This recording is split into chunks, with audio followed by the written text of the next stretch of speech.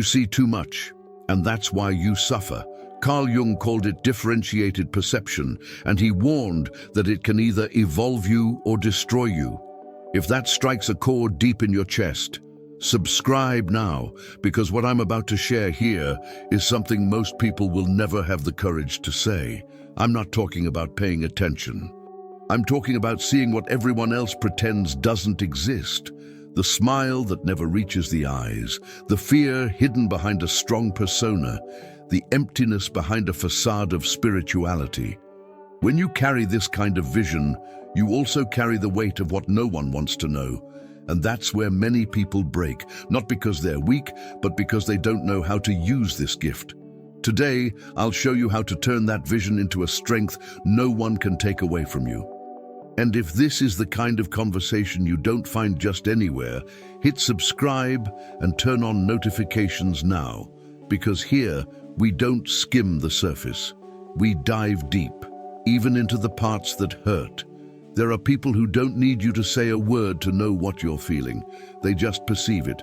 It's not magic, it's refined perception, something Carl Jung described as the ability to see beyond the persona, that social mask we all wear to survive. While most people are stuck on what's visible, the perceptive person picks up on micro-expressions, subtle shifts in tone of voice, almost imperceptible tensions in the room. It's like an invisible radar, always on, detecting truths the ego works hard to hide. This ability is rarely born in comfort. It's almost always shaped in environments where seeing beyond was a matter of survival. Unstable families, hostile settings, abusive relationships. The problem is that in adulthood, this survival mode doesn't just switch off. What was once protection becomes a burden. Because once you've seen, you can't unsee.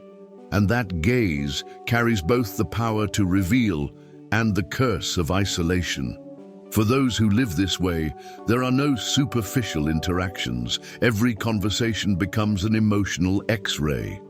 You notice the smile that doesn't reach the eyes, the "I'm fine" that screams the opposite, the calm tone that hides anger. This can be exhausting because the perceptive don't just see, they feel what they see, and it pierces, weighs, and wears them down. Some turn this ability into a calling: therapists, mediators, spiritual leaders. Others withdraw, trying to avoid overstimulation. And the sharper the vision, the more it challenges the world. Society likes to keep certain illusions intact, and a gaze that shatters them is rarely welcome. That's why many perceptive people carry labels like too intense, difficult, or complicated. It's not that they talk too much, it's that they see too much, and that makes people uncomfortable. This gift can be refined and used as a tool for clarity. If you learn to distinguish it from paranoia, that's where self-knowledge, spirituality, and shadow work come in.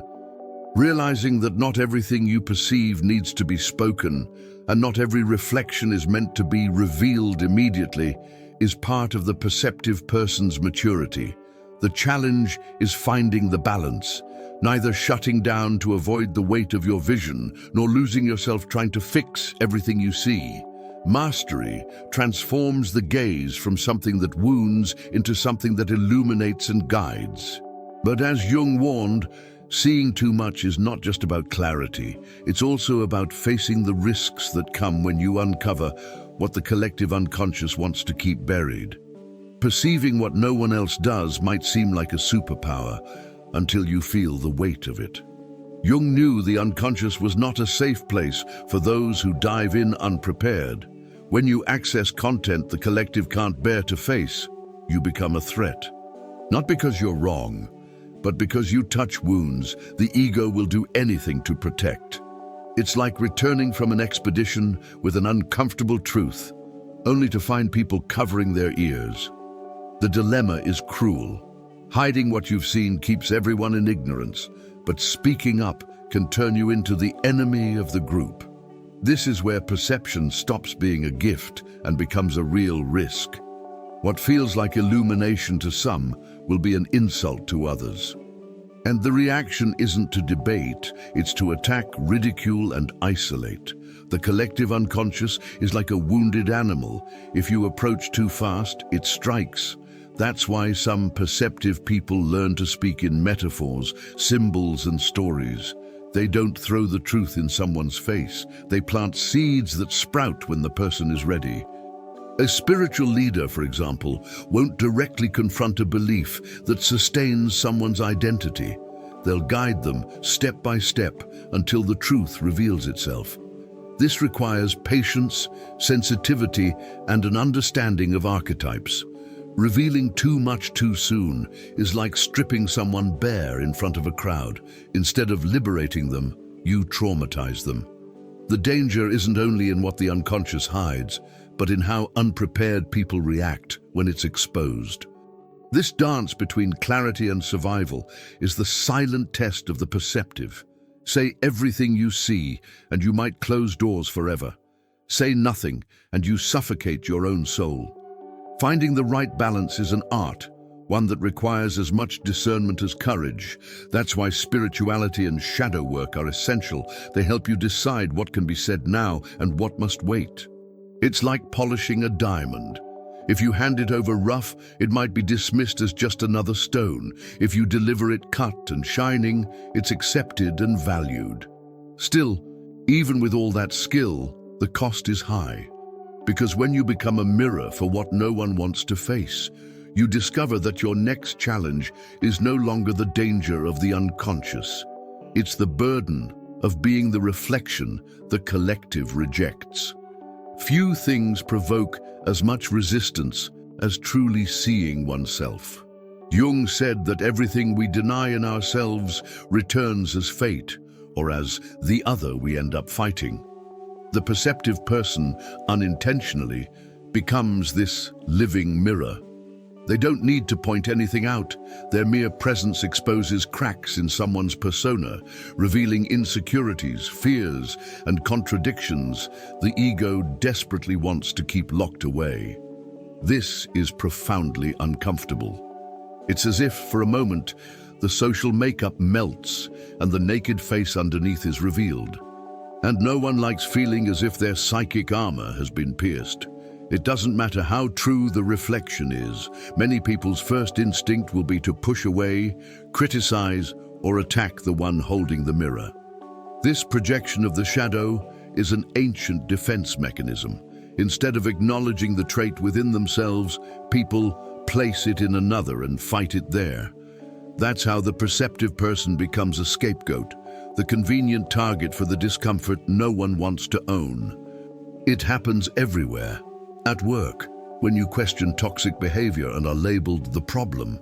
In relationships, when you point out destructive patterns and become the difficult one.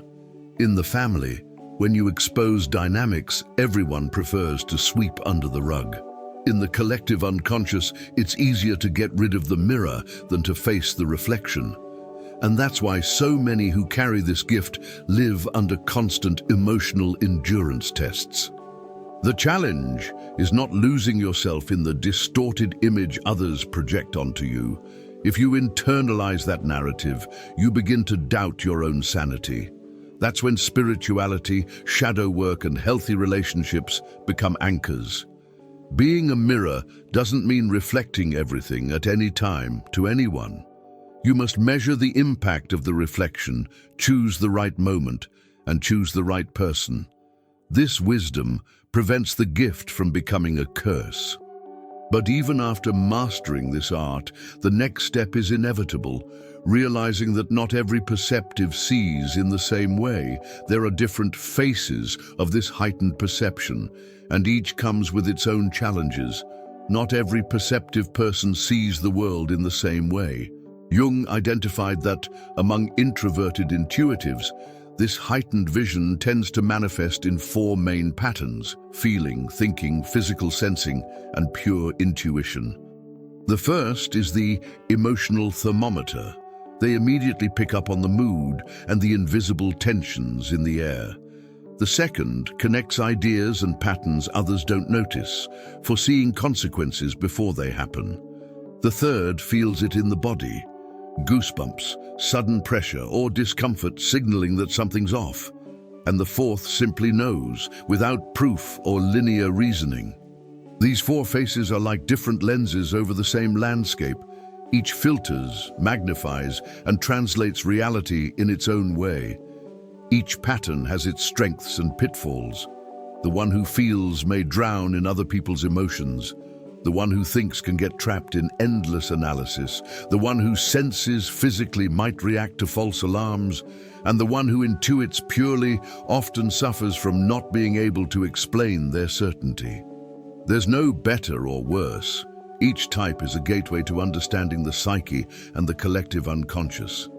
The challenge is to identify which face is most dominant in you and balance it with the others. If you're the feeling type, grounding practices help. If you're the thinking type, immersing yourself in art and spirituality broadens your scope. If you're the sensing type, breathwork and body awareness are vital. If you're the purely intuitive type, recording insights and tracking confirmations strengthens your confidence. Integrating these four faces is like assembling an inner puzzle. The more harmony there is among them, the clearer and more reliable your vision becomes. This integration is a key part of individuation, preventing perception from becoming distorted. A perceptive person who operates solely from one face can become one-sided, blind to other cues. By developing all four, they become a complete reader of both the inner and outer worlds. But this refinement also deepens what is seen. And the deeper the vision, the closer we come to the risks of unintegrated consciousness. If ignored, those risks can lead to painful falls.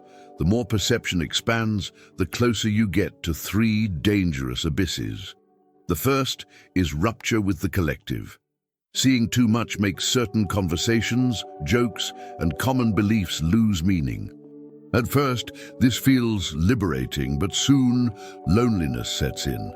The second is existential isolation, not physical but emotional. It's the feeling that no one else shares your depth of perception, as if you had access to an entire library while everyone around you is still reading the prologue. The third is the dissolution of identity. When your own masks fall, the ego disintegrates, and along with it, the old definitions of who you are. This last abyss can be liberating, but also devastating for those who don't find the self as an anchor. These abysses aren't just metaphors, they manifest in real crises. Depression, anxiety, a sense of not belonging, cynicism.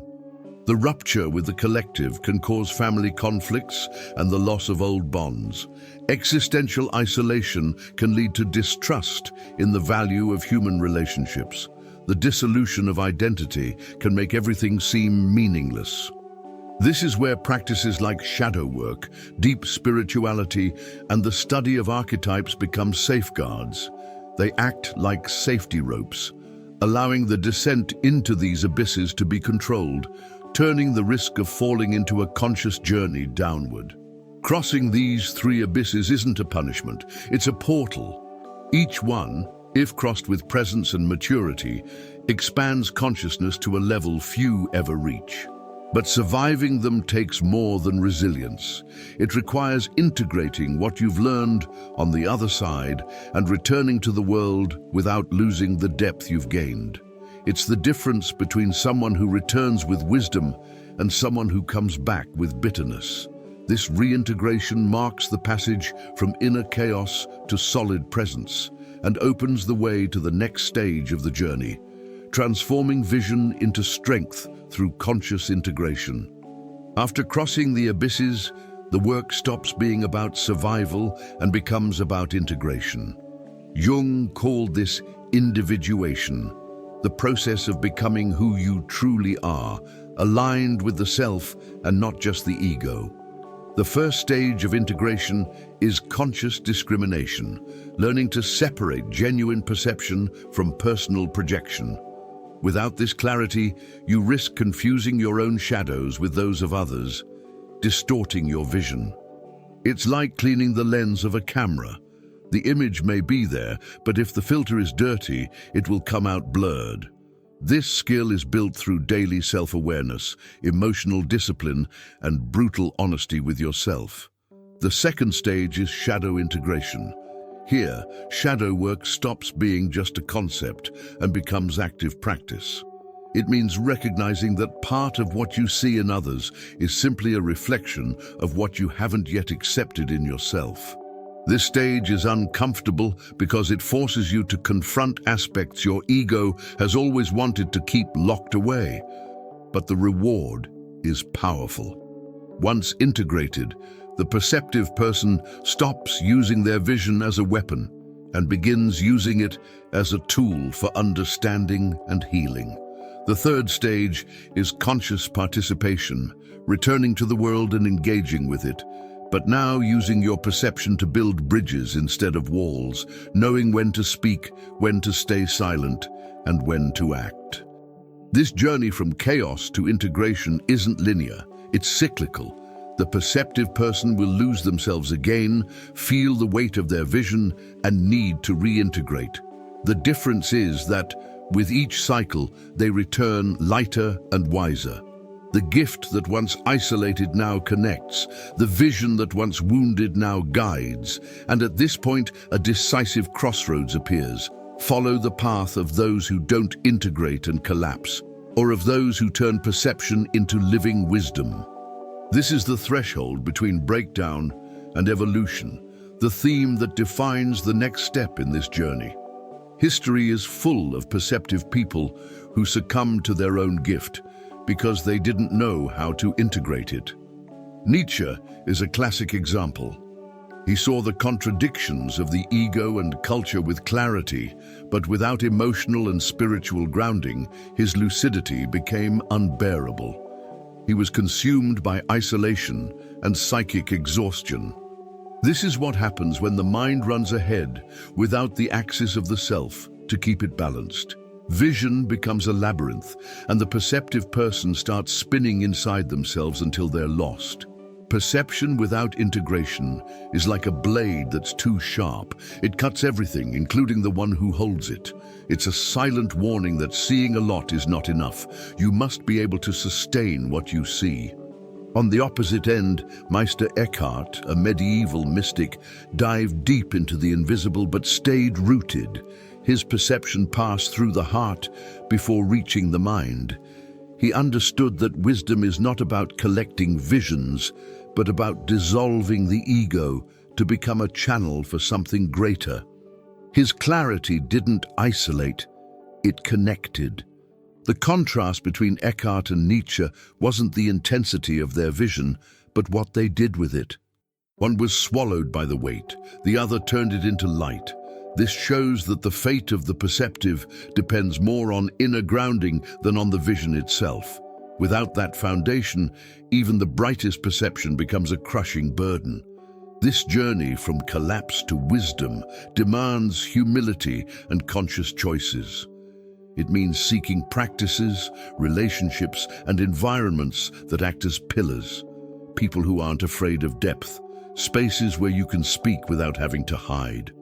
No perceptive person reaches wisdom alone.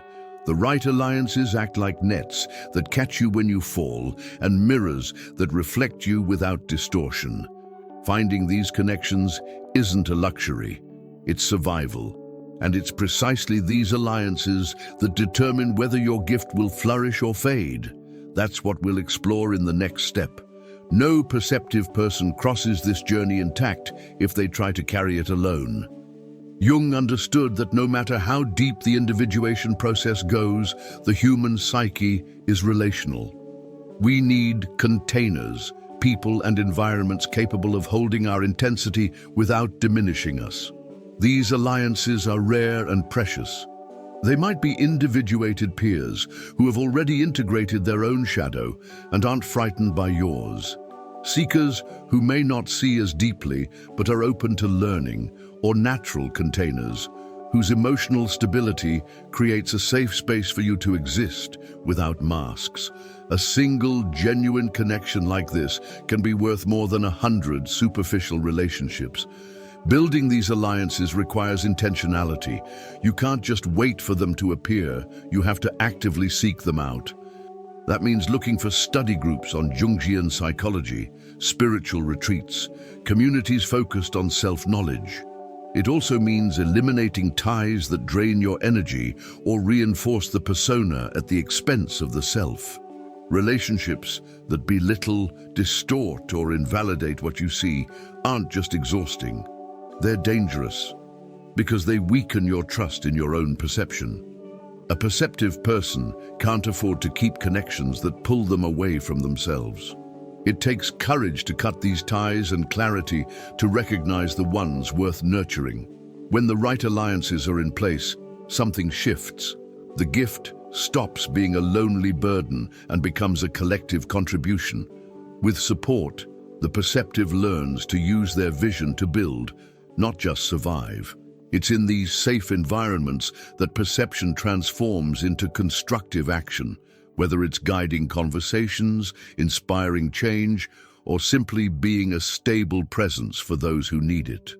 But for this transformation to happen fully, more than external support is needed.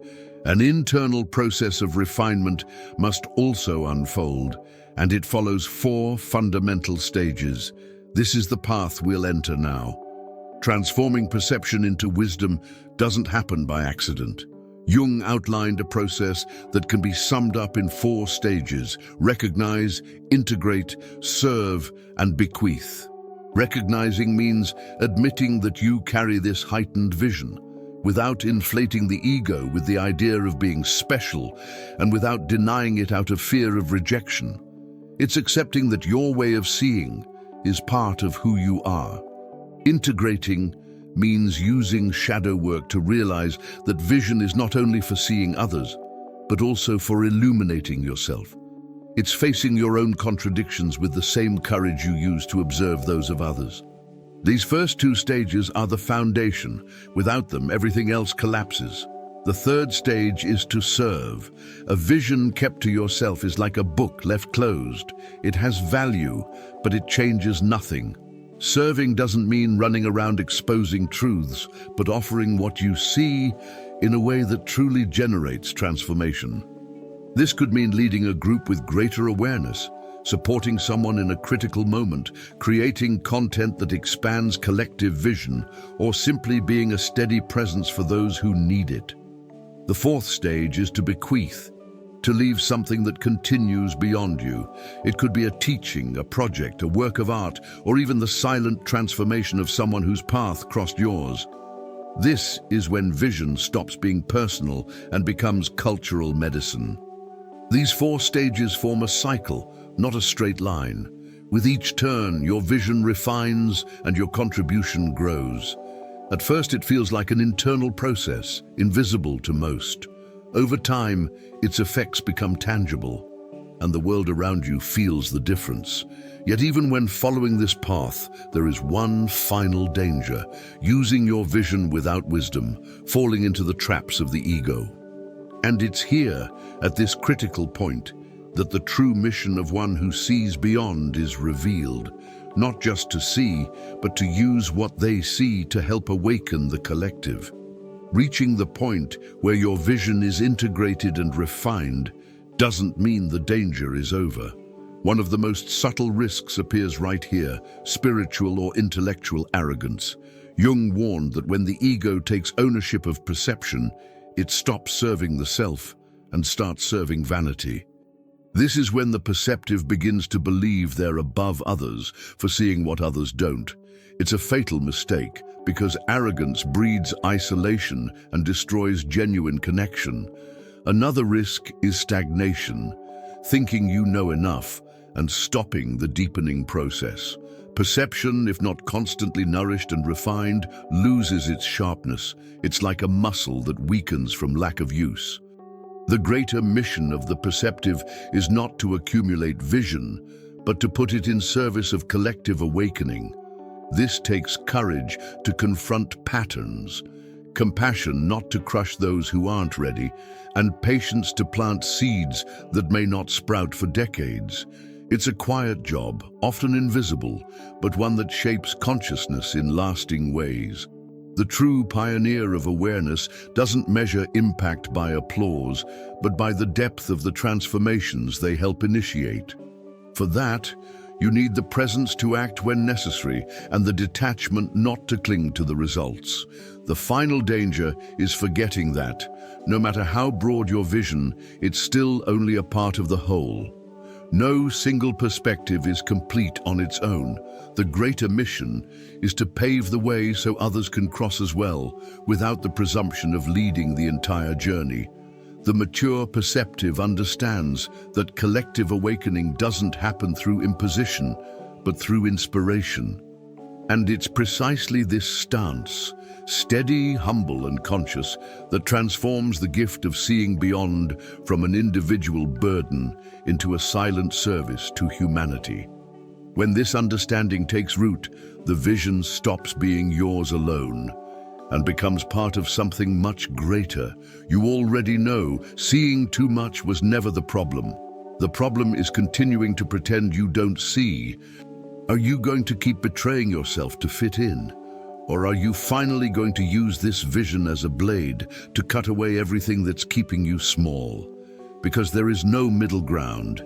Either you master what you see, or what you see will destroy you. And no one is coming to save you. If this cut you open inside, write it in the comments right now. Sometimes putting it into words is the first step toward breaking free from the prison. Subscribe and turn on notifications, because from here on out, each video will strip away another layer of the lie you've built. And if you're not ready for that, it's better not to come back.